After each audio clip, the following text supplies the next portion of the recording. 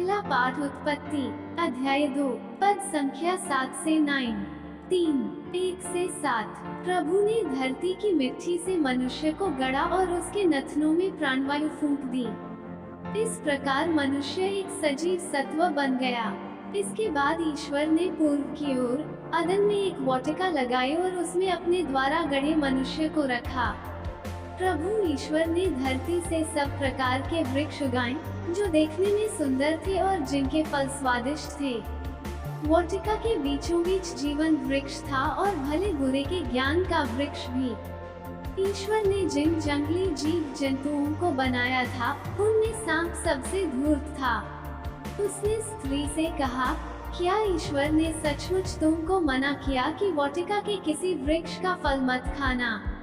स्त्री ने सांप को उत्तर दिया, हम वाटिका के वृक्षों के फल खा सकते हैं, परंतु वाटिका के बीचों बीच वाले वृक्ष के फलों के विषय में ईश्वर ने ये कहा, तुम उन्हें नहीं खाना, उनका स्पर्श तक नहीं करना, नहीं तो मर जाओगे। सांप ने स्त्री से कहा, नहीं, तुम नहीं मरोगी। ईश्वर जानता है कि यदि तुम उस वृक्ष का फल खाओगे तो तुम्हारी आंखें खुल जाएंगी, तुम्हें भले बुरे का ज्ञान हो जाएगा और इस प्रकार तुम ईश्वर के सदृश बन जाओगे।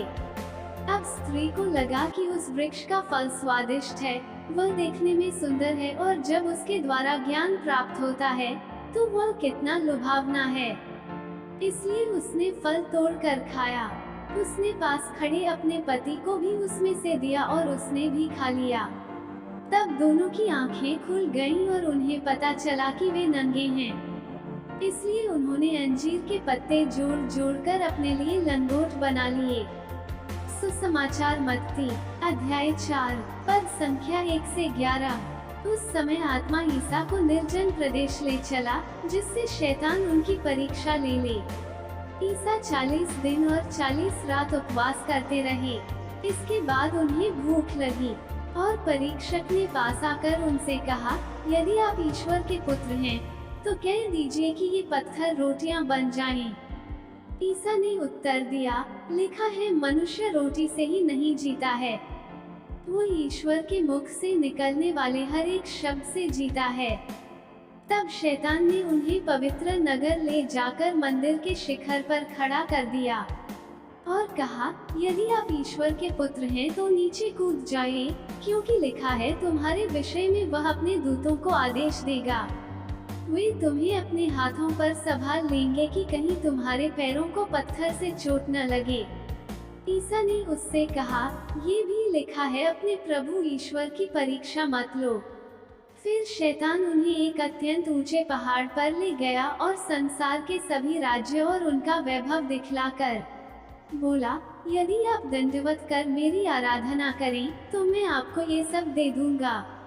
ईसा ने उत्तर दिया, हट जा शैतान, लिखा है, अपने प्रभु ईश्वर की आराधना करो और केवल उसी की सेवा करो। इस पर शैतान उन्हें छोड़कर चला गया और स्वर्गदूत आकर उनकी सेवा परिचर्या करते रहे। मनन चिंतन। आज के सुसमाचार में यीशु को निर्जन स्थान में ले जाया जाता है ताकि शैतान द्वारा उनकी परीक्षा ली जा सके और वो पवित्र ग्रंथ की सहायता से प्रत्येक प्रलोभन का विरोध और उसमें विजय होने में सक्षम होते हैं। पहला प्रलोभन शारीरिक भूख का है, जहाँ शैतान यीशु को पत्थर को रोटी में बदलने के लिए प्रलोभित करता है। यीशु ने विधि विवरण ग्रंथ को उद्धृत करते हुए उत्तर दिया, मनुष्य केवल रोटी ही से नहीं जीता है, वो ईश्वर के मुख से निकलने वाले हर एक शब्द से जीता है।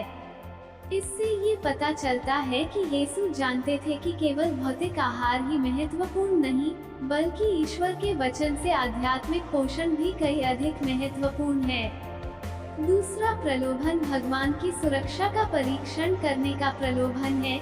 शैतान ने यीशु को मंदिर के शिखर से नीचे कूदने के लिए प्रलोभन दिया, लेकिन यीशु ने विधि विवरण 6 का हवाला देते हुए जवाब दिया, अपने प्रभु ईश्वर की परीक्षा मत लो।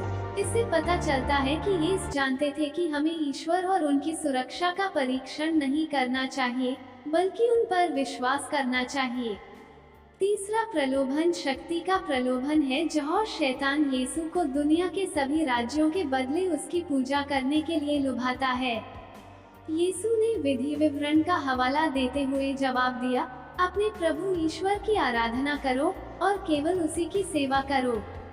इससे पता चलता है कि यीशु ये जानते थे कि केवल एक ही ईश्वर की आराधना की जानी चाहिए और हमारी परम निष्ठा उसके ही प्रति होनी चाहिए।